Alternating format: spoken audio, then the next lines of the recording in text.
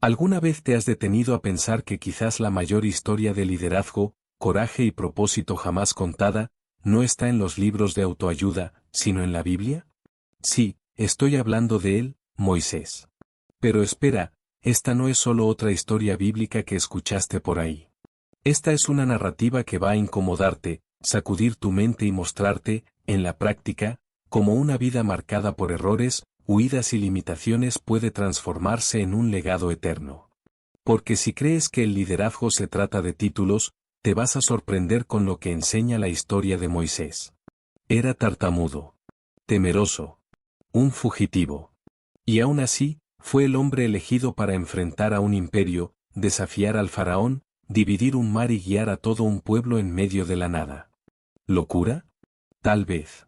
Pero justamente ahí reside la verdad que nadie te cuenta: los grandes líderes no nacen listos. Nacen en el fuego de la adversidad. Así que si estás buscando dirección, te sientes atrapado, sobrecargado o incluso medio invisible, quédate hasta el final de este vídeo. Aquí hay revelaciones que van a romper tu visión sobre fe, coraje, decisiones difíciles y nuevos comienzos. Y oye, no te vayas sin suscribirte al canal, ¿vale? Esto no es solo contenido, es transformación. Deja tu like ahora mismo, en serio, eso me ayuda muchísimo a seguir trayendo este tipo de mensaje. Si le das like y te suscribes, también es un acto de fe, ¿no crees? Ahora, vamos a lo que importa. El nacimiento de Moisés fue como abrir los ojos en medio de una tormenta, literalmente una sentencia de muerte escrita antes incluso del primer llanto. Imagina esto: nacer sabiendo que el mundo a tu alrededor quiere borrar tu existencia simplemente por la sangre que corre por tus venas. La madre de Moisés, una mujer de coraje inusual, no se rindió al decreto genocida del faraón. Escondió a su bebé durante 3 meses, cada día un desafío entre el silencio y el miedo. El coraje de esta mujer nos enseña que proteger un propósito puede requerir un tipo de valentía que no se aprende en los libros, sino que se siente en el pecho. La historia de Moisés ya empieza entrelazada con la liberación del pueblo hebreo, incluso sin que él lo sepa. La cesta en el Nilo, cuidadosamente preparada con betún y fe, flotaba como un grito mudo contra el sistema opresor de Egipto. ¿Cuántas veces, en la vida real, necesitamos lanzar nuestros propios bebés, nuestros sueños, nuestros planes, al río de lo incierto, confiando en que algo más grande va a intervenir? Esa actitud no es romanticismo, es estrategia espiritual. Si tienes algo que necesitas proteger del caos alrededor, aprende de la madre de Moisés, escóndelo, fortalécelo y luego entrégalo a las manos del destino con inteligencia. Y es ahí donde sucede lo inesperado. Justo la hija del faraón, aquella que debería ser la enemiga, encuentra al niño. Y en lugar de cumplir la orden real, ella elige la compasión. Ese giro nos recuerda que incluso en medio del imperio más cruel, aún hay espacio para milagros inesperados. Ese giro marca el inicio no solo de la historia de Moisés, sino de una serie de milagros en el desierto, encuentros con la zarza ardiente y momentos que culminan en la travesía del Mar Rojo. Y es en el palacio de Egipto, entre el oro y las cadenas, que comienza la siguiente fase de esta jornada. Crecer en los salones dorados de Egipto, siendo llamado príncipe, pero llevar en el pecho el alma de un esclavo, esa era la rutina silenciosa de Moisés. Mientras los banquetes del palacio ofrecían lujo, su corazón se alimentaba de las historias susurradas por su verdadera madre, aquella misma mujer que lo escondió, y que ahora lo amamantaba disfrazada como nodriza. Eso no es solo conmovedor, es estratégico. Ella sembraba semillas de identidad y propósito cada día. Quien educa a un niño con verdad, transforma un futuro entero. La historia de Moisés aquí nos ofrece una lección poderosa sobre pertenencia. Aunque rodeado por una cultura que lo moldeaba como élite egipcia, él mantenía viva su conexión con el pueblo hebreo. Esa dualidad parece complicada, pero es más común de lo que se imagina. ¿Cuántas personas hoy no viven entre dos mundos? Gente que trabaja en ambientes lujosos, pero tiene raíces en la sencillez. Moisés nos enseña que es posible estar en el sistema sin ser moldeado por él. De hecho, así es como nacen los grandes líderes, con un pie en el poder y el otro en la verdad. Y mira qué ironía, el propio Egipto, que quería exterminar al libertador, lo cría bajo su propia nariz. No es casualidad que el liderazgo bíblico esté lleno de giros inesperados. Moisés aprendía sobre estrategia, logística, oratoria y diplomacia observando a los grandes de Egipto, mientras absorbía el sufrimiento del pueblo hebreo detrás de los muros del palacio. Esta fase de la historia de Moisés prepara el terreno para una decisión que lo cambiará todo, el tipo de elección que ningún manual de realeza enseña a tomar. Un día, la sangre habló más fuerte que el título de príncipe. Moisés vio a uno de sus hermanos hebreos siendo brutalmente agredido por un capataz egipcio. Aquello no fue solo un incidente, fue el detonante. La llama de la justicia, alimentada desde la cuna, estalló. Y sin calcular las consecuencias, mató al agresor. Puede parecer extremo, y de hecho lo fue, pero hay momentos en los que el silencio se convierte en complicidad. Esa actitud, por más impensada que parezca, marca un punto de ruptura. A veces, tomar partido por la justicia exige perder los privilegios. Ese gesto selló su salida del palacio y lo lanzó al desierto. Moisés, que conocía el confort de las columnas de mármol, ahora caminaba entre piedras y calor abrasador. Pero la verdad es que ningún liderazgo bíblico genuino nace sin atravesar su propio desierto. El momento en que entierra al egipcio en la arena también entierra su identidad falsa. Deja de ser solo un figurante del imperio y pasa a ser protagonista en la historia de la liberación del pueblo hebreo. Es curioso cómo, en la vida, las decisiones difíciles casi siempre nos empujan hacia los caminos que realmente importan. Y ahí, cuando huye, no es solo el miedo lo que lo guía, es un llamado invisible, una especie de incomodidad que nos impulsa a salir del lugar donde todo parece correcto, pero sabemos que está mal. Es ahí donde comienza la siguiente fase de su jornada. Solo, Moisés atraviesa las puertas de Egipto, sin saber que estaba, en realidad, caminando hacia una nueva familia, nuevos aprendizajes y, claro, el primer gran alivio de su alma, la vida en Madián. Madián no era exactamente el destino soñado, pero fue el respiro que Moisés necesitaba. Después de huir de Egipto, con la culpa a cuestas y el desierto por delante, difícilmente imaginaba que allí encontraría refugio, propósito e incluso amor. Cuando defendió a las hijas de Jetro de unos pastores rudos, no solo estaba protegiendo a unas desconocidas, estaba abriendo la puerta a una nueva etapa. A veces, los mayores reinicios de la vida vienen disfrazados de situaciones cotidianas. Un simple acto de coraje puede ser el inicio de una gran restauración. Jetro no era cualquiera. Como sacerdote de Madián, llevaba sabiduría ancestral, y al acoger a Moisés, le ofreció más que techo y comida, le ofreció dirección. Y fue en ese terreno aparentemente pacífico donde la historia de Moisés siguió formándose. Se casó con Séfora, cuidó rebaños y aprendió a liderar sin corona ni cetro. Ese tipo de aprendizaje es oro puro. Es fácil liderar cuando se tiene poder, lo difícil es guiar con humildad, sin reflectores. Y es curioso cómo, en medio de esa rutina sencilla, empieza a formarse la esencia de un verdadero líder.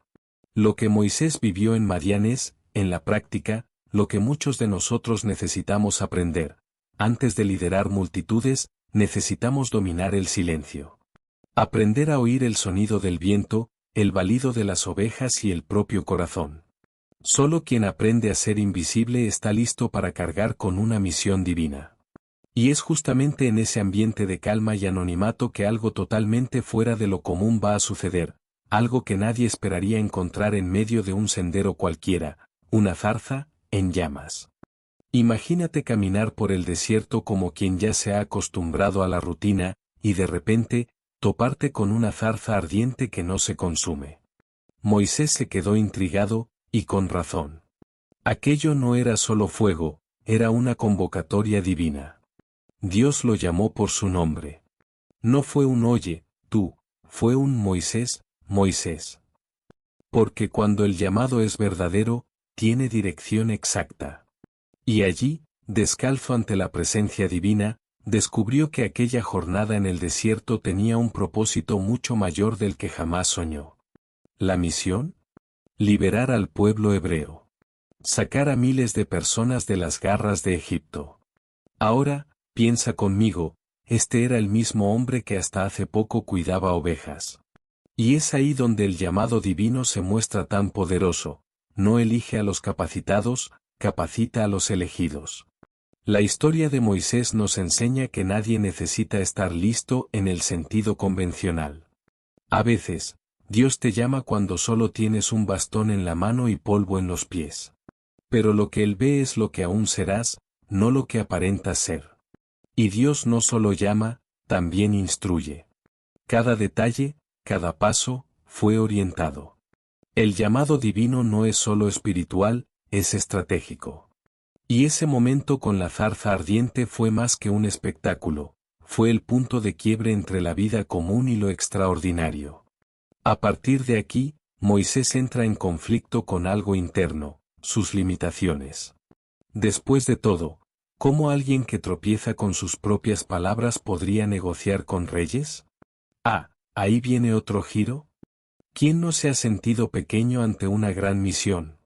Moisés, incluso después de escuchar la voz de Dios en la zarza ardiente, aún dudaba. ¿Yo? Pero soy torpe de palabra, fue básicamente lo que dijo. Y entre nosotros, reconforta ver que incluso uno de los mayores nombres del liderazgo bíblico tuvo sus inseguridades.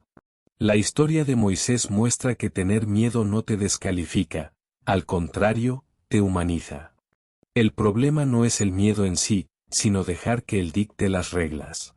Y mira el cuidado de Dios, no solo responde con paciencia, sino que provee apoyo. A Aarón, el hermano de Moisés, se convierte en su voz. Esto es oro en términos de estrategia de liderazgo. Nadie necesita cargar el peso solo. Saber pedir ayuda, saber delegar, es sabiduría, no debilidad. ¿Y si aplicamos eso en la vida práctica? En lugar de intentar hacerlo todo uno mismo, ¿qué tal armar un círculo de apoyo confiable, sea en casa, en el trabajo o en los proyectos personales? La historia de Moisés nos muestra que cuando el propósito es claro, los recursos aparecen, incluso si vienen en forma de personas. Dios no solo calma sus dudas, sino que equipa el camino. Con su hermano al lado y la certeza de que la misión venía de lo alto, Moisés comienza a percibir que no se trataba de su elocuencia, sino del poder de quien lo enviaba. Y con esa base, da el siguiente paso: convencer a los ancianos del pueblo hebreo, y para eso, necesitará señales. Milagros. Pruebas de que el llamado era real. Llegar ante los ancianos del pueblo hebreo y simplemente decir Dios me envió no era suficiente, ni hoy lo sería, ¿verdad? Moisés sabía que, para convencer a corazones endurecidos por la opresión, se necesitaba más que palabras bonitas. Era hora de mostrar que el llamado divino venía con poder. Y ahí entra uno de los momentos más marcantes de la historia de Moisés: las señales milagrosas. El bastón que se convierte en serpiente. La mano que se vuelve leprosa y luego sana. No eran trucos, eran respuestas visibles para una fe casi apagada. El pueblo necesitaba ver para creer. Y seamos sinceros, ¿quién puede culparlos? Años de esclavitud habían sofocado la esperanza. Así que, cuando Moisés presenta las señales, no es solo un espectáculo de habilidades sobrenaturales, es un intento de reavivar el sentido de propósito colectivo. Es el inicio del realineamiento con el Dios de Israel. Hoy en día, las señales pueden venir de otras formas: puertas que se abren inesperadamente, encuentros que cambian destinos, incluso esa intuición que insiste en sacarte de la zona de confort. Lo importante es reconocer cuando es hora de actuar. Y con los ojos bien abiertos y los corazones encendidos, los ancianos comenzaron a ver en Moisés no solo a un expríncipe, sino a un mensajero. La confianza se estableció. Pero la batalla real estaba lejos de comenzar.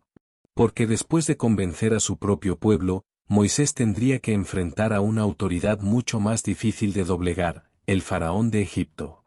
Y ahí, amigo mío, la cosa se pone seria. Enfrentar al hombre más poderoso del mundo antiguo no era precisamente tarea para cobardes. Y allí estaba Moisés, ante el trono del faraón, con el bastón en la mano y su hermano Aarón a su lado. ¿La petición? Deja salir al pueblo hebreo. ¿La respuesta?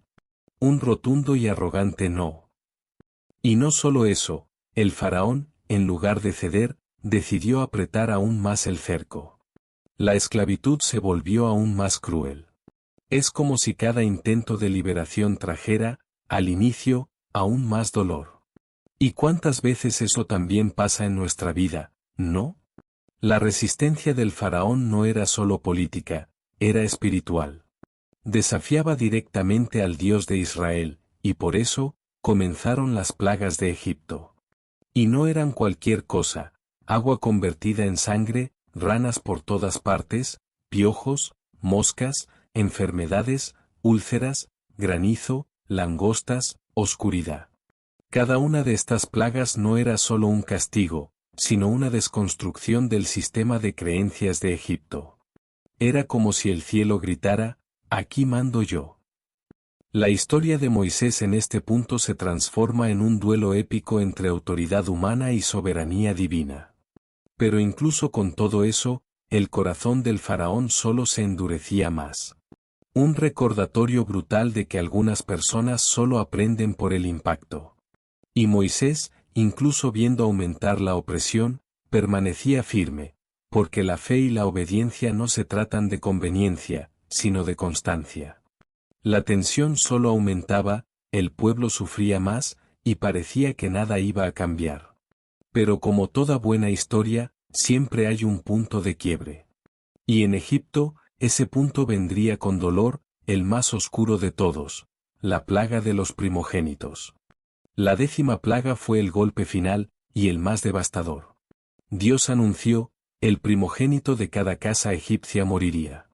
Y no fue solo una amenaza, fue una sentencia ejecutada con precisión.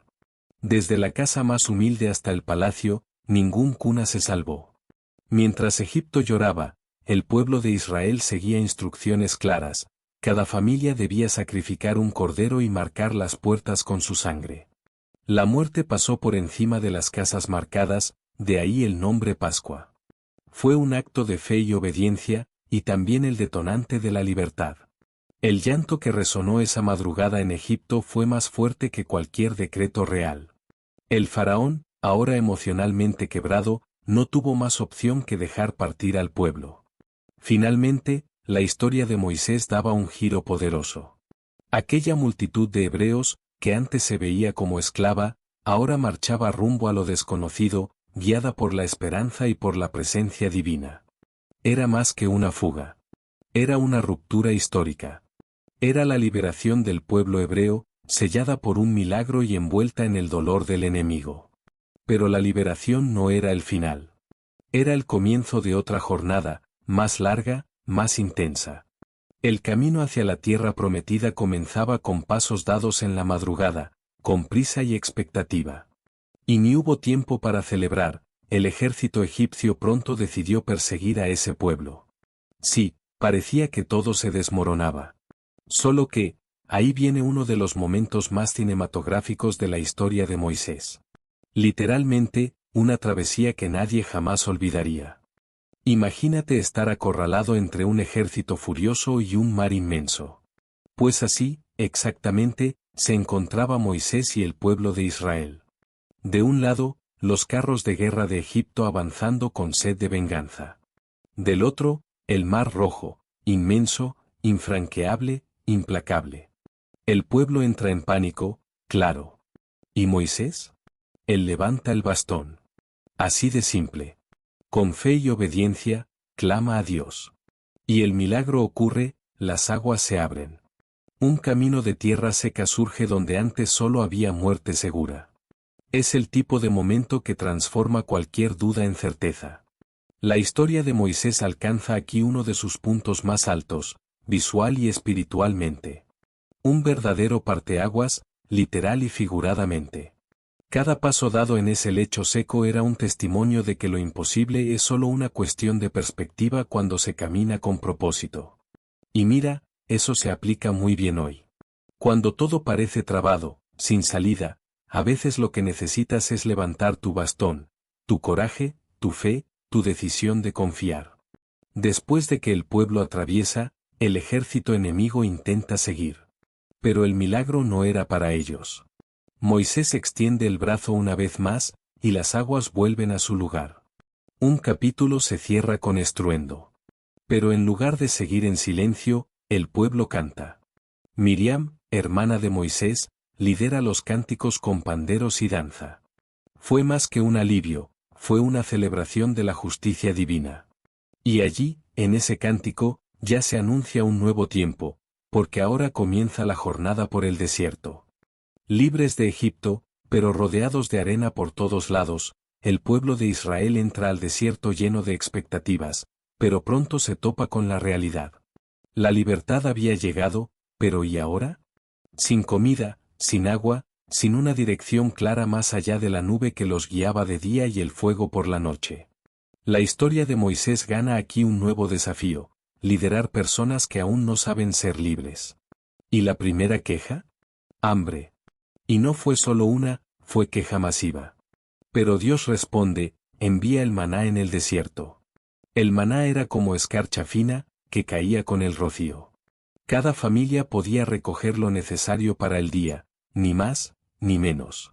Y eso era más que sustento físico, era una lección diaria de dependencia. Hoy en día, puede ser ese proyecto que nunca te da todo de una vez, pero te entrega lo suficiente para seguir. Es la lógica del paso a paso. Y no se detiene ahí. Cuando la sed apretó fuerte, Dios instruyó a Moisés a golpear una roca. Y de ella, sí, salió agua de la roca, en pleno desierto. Milagro en estado líquido. Estos momentos son una especie de respuesta pedagógica de Dios. Enseña confianza con pan, enseña paciencia con sed, enseña liderazgo con presión. Moisés no era solo guía, era termómetro espiritual del pueblo. Y aún en medio de los milagros, las murmuraciones continuaban. El desierto, al final, no era un paseo.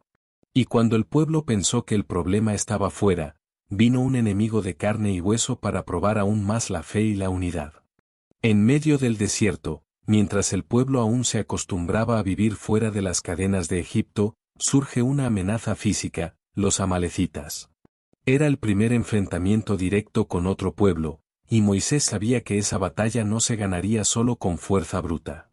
Designa a Josué para liderar a los hombres en el campo de batalla, un presagio del Josué sucesor que pronto lideraría al pueblo. ¿Y el propio Moisés? Sube a una colina, bastón en mano, manos alzadas al cielo. Porque algunas batallas se ganan de rodillas, o con los brazos apuntando hacia arriba. Pero no fue fácil. Cuando Moisés se cansaba y bajaba los brazos, el pueblo comenzaba a perder. Entonces Aarón y Hur hacen algo simbólico y poderoso: sostienen sus brazos. Literalmente. Los sujetan con firmeza, uno de cada lado. Esto es liderazgo bíblico en la práctica. Nadie lidera solo. El apoyo es esencial. Sea un mentor, sea un socio, sea un amigo que te recuerda quién eres.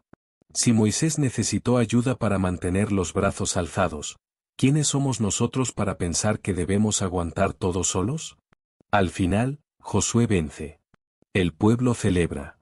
Y Moisés erige un altar con un nombre significativo: El Señor es mi bandera.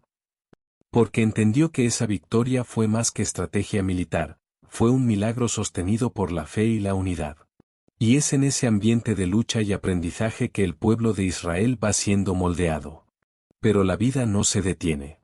Y a veces, es justamente después de vencer que uno percibe el peso de la responsabilidad. Moisés, de hecho, aprenderá eso en la práctica, con una visita inesperada de su suegro. Jetro llega como quien solo viene a visitar a la familia, pero entrega una de las lecciones más valiosas de toda la historia de Moisés. El suegro observó todo con calma, Moisés atendiendo al pueblo desde el amanecer hasta el atardecer, intentando resolver cada disputa, cada duda. Y entonces lanza la bomba con cariño: lo que estás haciendo no es bueno. Simple, directo y lleno de amor. A veces, la sabiduría viene de ese pariente que llega con ojos frescos y dice lo que nadie se atreve. Jetro dio un consejo que cambió el rumbo del liderazgo bíblico. Él sugirió lo que hoy llamaríamos descentralización inteligente: elegir hombres justos, confiables y temerosos de Dios para encargarse de los casos menores. Solo los más complejos llegarían a Moisés. Es como crear niveles de gestión, organizar el flujo, distribuir el peso. Moisés escuchó. Aplicó. Y el resultado fue alivio, eficiencia y más tiempo para lo que realmente importaba, enseñar la ley y escuchar la voz de Dios. Si tú lideras algo, un equipo, un hogar, un proyecto, vale la pena reflexionar. ¿Qué estás haciendo tú que alguien capacitado podría hacer igual, o mejor? Con la estructura ajustada, Moisés finalmente podía respirar. Jetro volvió a Madián, y Moisés siguió con el pueblo por el desierto, ahora más liviano, más enfocado, más estratégico. La historia de Moisés nos muestra que incluso los grandes líderes necesitan mentoría. Y él ni se imaginaba que esa reorganización sería esencial para lo que estaba por venir, el momento más sagrado y decisivo hasta entonces, el encuentro en el monte Sinaí. Llegar al monte Sinaí fue como llegar al epicentro de la misión. Dios no solo quería liberar al pueblo, quería formar una nación con identidad, con principios, con dirección. Y para eso, era necesaria una alianza. Moisés sube la montaña envuelta en nubes, truenos y fuego. Era el tipo de escenario que mezcla miedo y reverencia. Dios hablaba con fuerza. No era susurro, era trompeta espiritual. Allí, en la cima del Sinaí, Moisés recibe los 10 mandamientos, no como una lista de reglas al azar, sino como un código de vida. Un pacto entre el Dios de Israel y el pueblo que él liberó. Estas leyes moldearon no solo al pueblo de Israel, sino el pensamiento occidental por siglos. Honrar padre y madre, no matar, no robar, no mentir, principios simples, pero revolucionarios en un mundo lleno de idolatría, injusticia y opresión. Lo que muchos olvidan es que estos mandamientos no fueron impuestos como opresión, sino ofrecidos como camino de libertad sostenible. ¿Un consejo práctico? Usa estos principios como filtros en tus decisiones. Verás que muchos conflictos se resuelven antes incluso de empezar. Cuando Moisés baja con las tablas de piedra, carga más que palabras esculpidas, carga responsabilidad, identidad y destino. El pueblo, al oír la alianza, responde al unísono, haremos todo lo que el Señor diga. Parecía que todo iba bien. La fe estaba en alto, el pueblo firme. Pero como en toda buena historia, la mayor prueba no viene en la cima de la montaña, sino allá abajo, donde el oro brillaba y la impaciencia se instalaba. Mientras Moisés estaba en la cima del monte Sinaí recibiendo los mandamientos directamente del Creador, allá abajo el pueblo entraba en modo ¿dónde está Moisés? La espera se convirtió en ansiedad, que se volvió desconfianza, que se transformó en idolatría. Y así nació el becerro de oro. Forjado con las joyas que trajeron de Egipto, ese ídolo fue la representación perfecta de la prisa humana por intentar controlar lo divino. La historia de Moisés da un giro amargo aquí, es como ver a tu hijo romper algo que construiste con amor. Y no fue cualquier error, fue traición en el altar de la fe. Cuando Moisés baja y ve aquella escena, bailes, fiesta y adoración al becerro, su corazón se hace pedazos. Y no se le puede culpar. Lanza las tablas al suelo, rompiéndolas. Era simbólico, la alianza estaba rota. No era solo rabia, era dolor. Destruye el ídolo, lo muele hasta hacerlo polvo y hace que el pueblo beba el agua con ese oro. Una lección dura. Pero a veces, es el sabor amargo del error lo que despierta la conciencia. Quien lidera, necesita saber que habrá momentos en los que será necesario confrontar, corregir, aunque eso cueste popularidad. Moisés ora, clama, intercede. Se coloca entre Dios y el pueblo. Es en ese momento que el liderazgo bíblico brilla con más intensidad, cuando el líder asume el peso del pueblo, incluso sin culpa personal. El Dios de Israel escucha. Y aunque hay consecuencias, una plaga afecta el campamento, la destrucción total se evita. La historia de Moisés nos muestra que misericordia y justicia caminan juntas. Pero después de una caída así, solo queda un camino, reconstruir la alianza. Y para eso, hay que subir de nuevo. Después de la caída, viene el reinicio. Moisés sube nuevamente al monte Sinaí, pero ahora no con el mismo ímpetu triunfante de antes. Sube con humildad, con intercesión en el pecho y las manos vacías. Y allá arriba, Dios hace algo increíble, renueva la alianza. Entrega nuevas tablas, escritas con el mismo dedo divino. Eso nos muestra que fallar no significa el final, si hay arrepentimiento verdadero. La historia de Moisés gana aquí una nueva profundidad, porque recomenzar es tan importante como comenzar. Dios entonces da instrucciones detalladas para la construcción del tabernáculo, el lugar donde su presencia habitaría en medio del pueblo. Cada detalle tenía un propósito, desde el tipo de madera hasta la forma del arca de la alianza. Era más que un templo portátil. Era una declaración: estoy en medio de ustedes.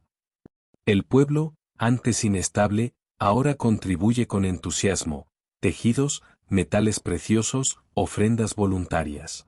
Gente que antes entregó oro para un becerro, ahora entregaba para la habitación del Dios de Israel. El cambio era visible, tangible. Cuando el tabernáculo queda listo, algo sobrenatural ocurre: una nube desciende sobre él de día, y por la noche, una columna de fuego. Era el sello. La confirmación. Dios estaba con ellos. Y la historia de Moisés se encamina ahora hacia su fase final. Él había recibido el llamado divino, enfrentado al faraón, guiado al pueblo, y ahora, comenzaba a preparar a la próxima generación. Porque los verdaderos líderes no piensan solo en el hoy, piensan en quién va a continuar después de ellos. Después de tantas batallas, milagros y giros inesperados, Moisés llega a la fase más simbólica de su jornada, el legado. Ya no corre, ya no levanta el bastón con la misma fuerza, pero su autoridad pulsa más viva que nunca. Con sabiduría, comienza a preparar a Josué, el sucesor. Enseña, anima, transfiere visión. No es casualidad que Josué entre en la historia como el continuador de la misión. Porque un gran líder no es aquel que solo realiza mucho, sino aquel que prepara a quien irá más allá de él. Y mira, en la historia de Moisés, eso es evidente. El pueblo de Israel ya estaba más maduro, más unido, aunque aún terco de vez en cuando. El liderazgo bíblico de Moisés moldeó una generación que nació en la esclavitud y moriría en el desierto, pero generaría otra que entraría en la tierra prometida. Es fuerte pensar en eso, ¿verdad? A veces, nuestro papel es preparar el camino para que otros cosechen el fruto. Y Moisés lo aceptó. Subió al monte Nebo, vio la tierra prometida desde lejos, la vio con los ojos, pero no entró con los pies. Aún así, cumplió su misión con grandeza. Moisés murió a los 120 años, con los ojos aún claros y el vigor intacto. No tuvo tumba pública, no tuvo estatua. Pero su nombre resuena hasta hoy. Su vida es referencia de fe y obediencia, de llamado divino, de liberación del pueblo hebreo, de resistencia a las plagas de Egipto, de milagro en el Mar Rojo, de maná en el desierto, de sabiduría venida de los consejos de Jetro, de construcción del tabernáculo, de enfrentamiento al becerro de oro, de revelación en el monte Sinaí. Y por encima de todo, de alguien que vivió para cumplir un propósito eterno. La historia de Moisés no es solo sobre el pasado. Es sobre ti. Sobre mí. Sobre todos los que, en algún momento, sentimos que no somos lo suficientemente buenos, que tenemos demasiadas limitaciones o que hemos fallado demasiado como para comenzar de nuevo. Pero si un fugitivo, criado entre dos mundos, con dificultades para hablar, logró ser el canal para liberar a toda una nación, ¿por qué piensas que Dios no puede usarte a ti también? La gran pregunta es, ¿vas a seguir esperando que el mar se abra solo o vas a levantar el bastón que ya tienes en tu mano? ¿Qué área de tu vida necesita ser atravesada por la fe? ¿Qué Egipto necesitas dejar atrás hoy? Escribe en los comentarios, de verdad. Cuéntame qué parte de la historia de Moisés más te impactó o qué enseñanza te tocó el corazón. Y si este contenido tuvo sentido para ti, no te vayas sin hacer tu parte. Suscríbete al canal, activa las notificaciones y deja tu like con intención. Así es como mantenemos viva esta jornada. Y recuerda, la próxima liberación puede comenzar con un simple clic.